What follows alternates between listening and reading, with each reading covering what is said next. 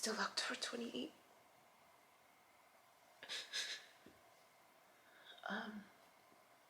I just got home. It's in the evening.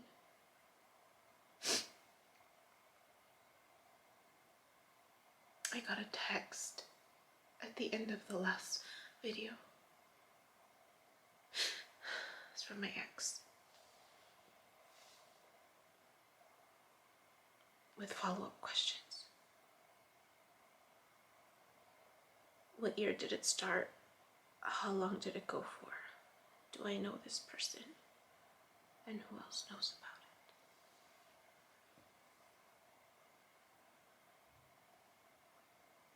So I sat with it for a little bit, just thinking about how it's going to respond.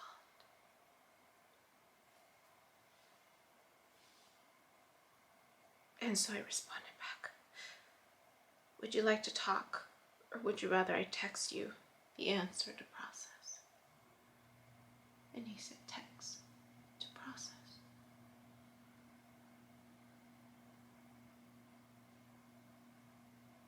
What year did it start? How long did it go for? It started a year after we were married, after we moved. It lasted on and off for most of our marriage. Do I know this person? I answered with a question. What purpose would it serve you to know if you know this person? Could it be that it wasn't just one person? Will it help ease your pain or anger to know if you knew who they were? What does being unfaithful mean anyways? Does it mean me having sex with someone else? Does it mean me venting to other people about our intimate problems during that time instead of me going to you and keeping those intimate conversations within our marriage? Does it mean me fantasizing about being with a woman we both know instead of me fantasizing about you sometimes? What purpose would it serve for you to know if you know this person or these people? If me being unfaithful means all of the things I described above, then yes, you know all of them. Why did you waste your time with me for so long, he says, if you never wanted to be with me? I feel like I was laughed at behind my back all this time. So then I responded, how you choose to look at this experience is up to you. You can choose to look at it as if something offensive or hurtful or a waste of time. I choose to look at it as a life lesson. I didn't waste my time with you. You were purposeful. I did want to be with you, but in all honesty, it just kept getting harder and harder. I felt like I tried to make it work. I asked you to come to counseling with me. You said no, not once, not twice, not 3 times. But 3 times I said, you said no. I thought something was wrong with me because you rarely sought me out sexually. I thought I wasn't attractive enough. I tried changing. I tried losing weight. I tried experimenting in the bedroom. It got to the point when I even had to remind myself why I loved you by using the whiteboard in the living room. So there was this one time, because I didn't know what else to do. It was the first time I had told him I considered a divorce. It was about halfway into our marriage, 7 years in. And he still didn't want to come with me to counseling. So I thought, well, I'm a therapist. What can I do? And I wasn't much for couples counseling at that time because it was too close to home. It would trigger me too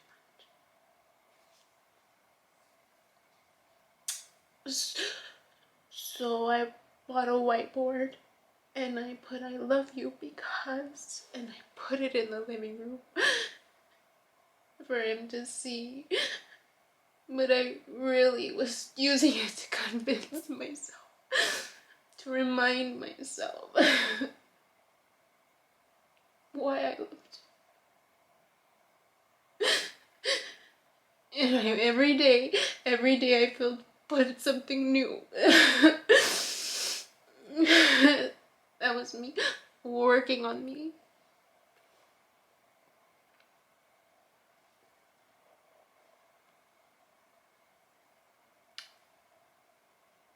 But do you remember that? I never laughed behind your back. I vented, I cried, but I never laughed. I tried to understand what was so wrong with me that you didn't want me. But now I know those were just examples of how I placed my self-worth on you, instead of me healing the void within myself. You were not a waste of time, not for me. You were purposeful. I even tried having us listen to the Esther Perel podcast together, since he didn't want to go to therapy.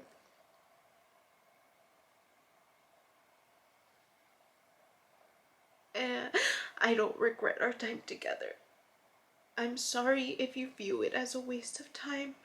I'm sorry if you view me as laughing at you. If that is how you choose to see it, so be it.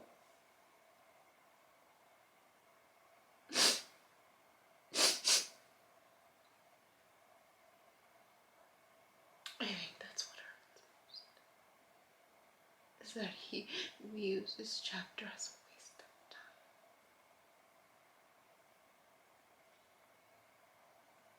time. It wasn't.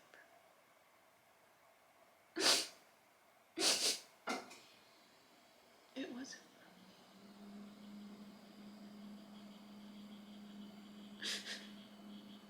Coincidentally,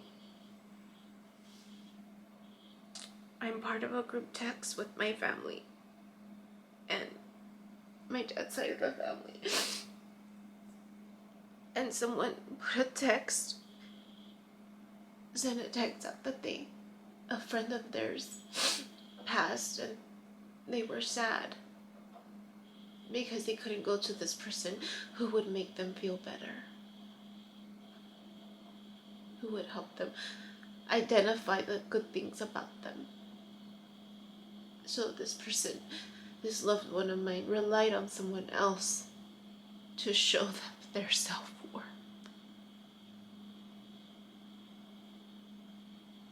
Even if it was just a friend.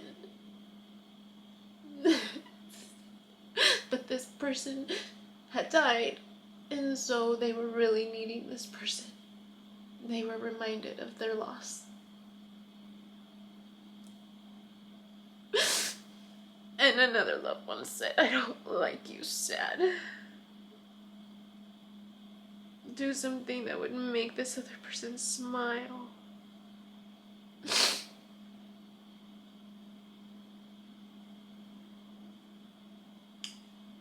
So then I responded. And I don't usually respond in this group text because they send a lot of stuff and it's overwhelming. But every once in a while, I'll say something. So this is what I wrote. Sometimes when we are ready, we need to feel the feelings in order to heal. The society we have created has been created because we have avoided to feel pain from our life lessons. We categorize our life lessons as good or bad, or we pretend they're not there. We pretend to feel happy. We try to avoid reliving the trauma from our past. Our society has been built upon us refusing to heal our wounds. We have learned to place our sense of happiness, peace, and purpose outside of us. We have been conditioned to place all of these things and other things on other people, like our spouses, partners, children, neighbors, and even strangers. We have been conditioned to place these things on our government, our ethnic groups, on people of authority, or nations, etc. Hate crimes, assaults, terrorist attacks are just examples of individual people who have internal wounds still needing to be healed, but instead place their sense of existence outside of themselves. When we give ourselves permission to look at ourselves, all parts of ourselves, then we can heal these wounds. Only then will the ripple effect occur. It starts with us at the individual level to take responsibility for healing our own wounds in life, to stop blaming people and instead learn to heal ourselves. Each wound serves a purpose when we are ready to look at them. The ripple effect of healing starts with us at the individual level. A loss can be many things. It could be a physical loss of a person, the loss of a marriage, the loss of a friendship, the loss of a house, a job, a business, a dream, a child, a parent. A loss could be many things. But it's just an example, a reminder of wounds that still need healing. I encourage you to give yourself permission to feel again. Feelings are like the waves of an ocean. They rise and intensify, but eventually they will subside into the peaceful ebb and flow of the current. It is a choice as to how we look at our wounds. Some people choose to look at them as damaging, and so they will be. Other people will view them as life lessons to learn from, and so they will be. How you choose to look at them is your choice alone. That is the beauty of free will.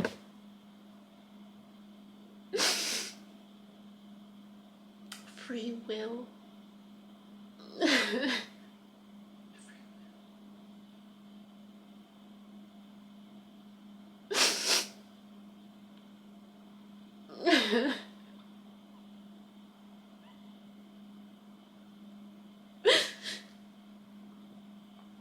Free will. It's a choice.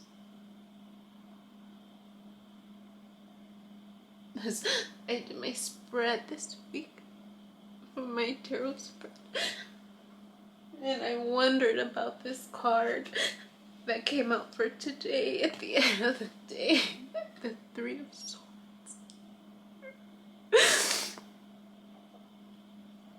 Sorrow. It stands for Saturn in Libra. Grief and negative thinking. 3 swords pierce a heart-shaped cloud, revealing painful thoughts concerning love and the trinity of the family. Man, woman, and child. Or a choice that breaks the heart. I wondered about that card.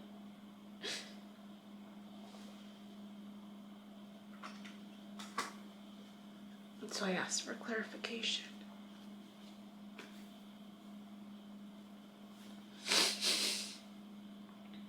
And I got my answer. It makes sense now.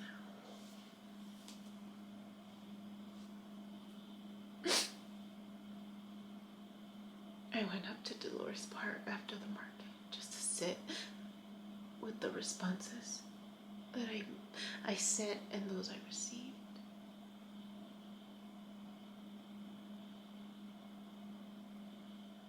I hope I didn't sound condescending by defining unfaithfulness,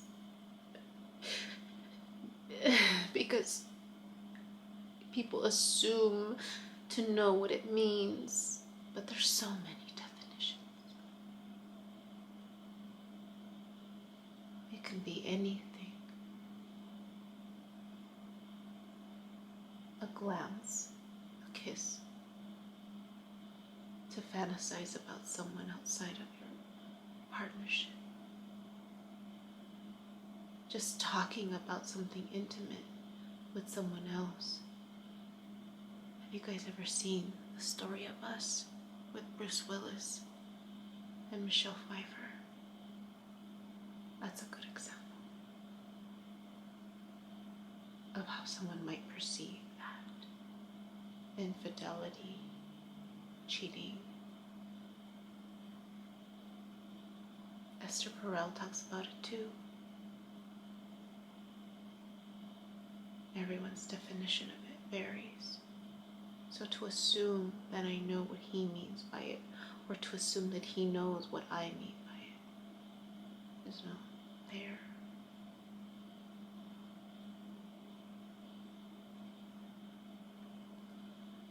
The question now is, how many details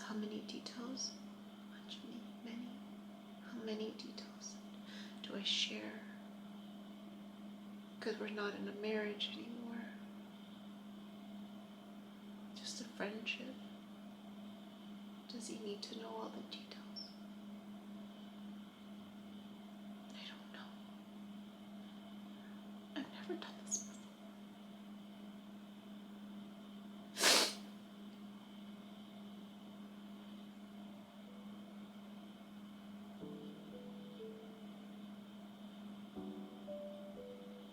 This time will tell. Time will tell. What happens next? That's all. For now, that's all. Hi, my name is Yubi, and in case you haven't figured it out, this footage is capturing my experience as I learn to navigate my personal spiritual awakening. I am learning that this experience is unique to each one of us. In whatever way we believe we are embracing living our truth, this just happens to be my journey.